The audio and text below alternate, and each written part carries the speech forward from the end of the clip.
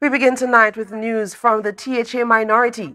Its leader, Kelvin Morris, via Facebook Live today, reiterated the PNM's stance on the construction of the Friendship Connector Road.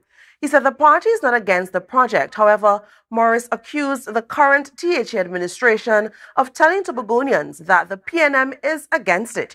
He refuted this claim.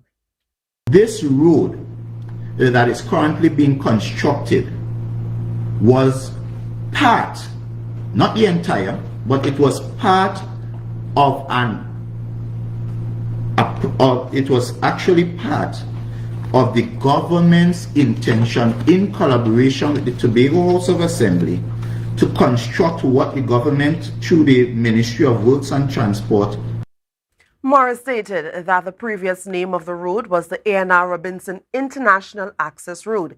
He said that this project was designed and conceptualized in January 2021 to complement the construction of the new airport terminal in Crown Point. So it was always the government's intention, in collaboration with the Tobago House of Assembly, to construct a road which included that part of Cove and Friendship to connect you directly to the airport. The minority leader read a document explaining the background of the project. So this A&R Robinson International Airport Access Road was envisioned and developed to minimize, and I want you to understand this, so the government understood that whatever direction they were taking, they would attempt to minimize acquisition and construction costs.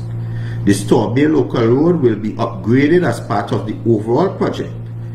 He continued that the Storbay Local Road would have been used to facilitate traffic leaving the airport traveling in an easterly direction until it intersected with the new road. Morris said that the island would have gotten improvements to the Storbay Local Road and the A&R Robinson Airport Access Road.